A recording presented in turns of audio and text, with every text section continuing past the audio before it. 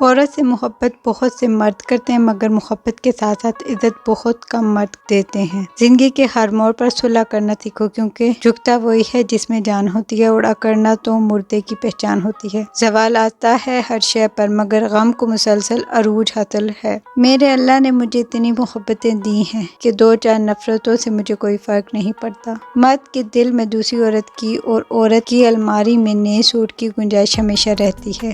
یہ بیٹیوں کی کہانی بھی عجیب ہے۔ جہاں پیدا ہوتی ہیں وہاں مہمان ہوتی ہیں، اور جہاں رخصت ہوتی ہیں وہاں ملکیت سمجھی جاتی ہیں، مگر مقدر کی کوئی گارنٹی نہیں۔ مرد جتنا بھی انا پرست کیوں نہ ہو، لیکن عورت کی ایک چیز اسے جھکنے پر مجبور کر دیتی ہے، اور وہ ہے عورت کی خاموشی اور نظر اندازی۔ میں نے ان عورتوں کو زیادہ خوش دیکھا ہے جن کی زندگی گھر کے اندر اپنے شوہر کی جیب کے حساب رکھتے گزر جاتی ہے، اور گھر سے باہر پانی کی گھونٹ کے لیے بھی وہ اس کی طرف دیکھتی ہیں۔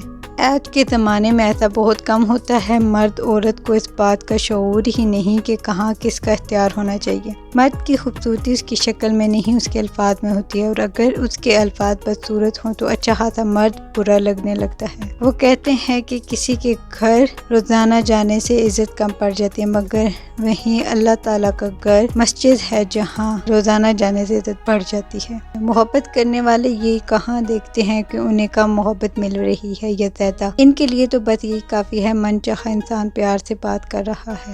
جب مرد کی عورت میں دلچسپی کم ہونے لگے اور عورت کو وقت نہ دے تو عورت کو چاہیے کہ دو کام کرے: مرد کو کچھ وقت کے لیے اکیلا چھوڑ دے اور خود پر کام کرنا شروع کر دے۔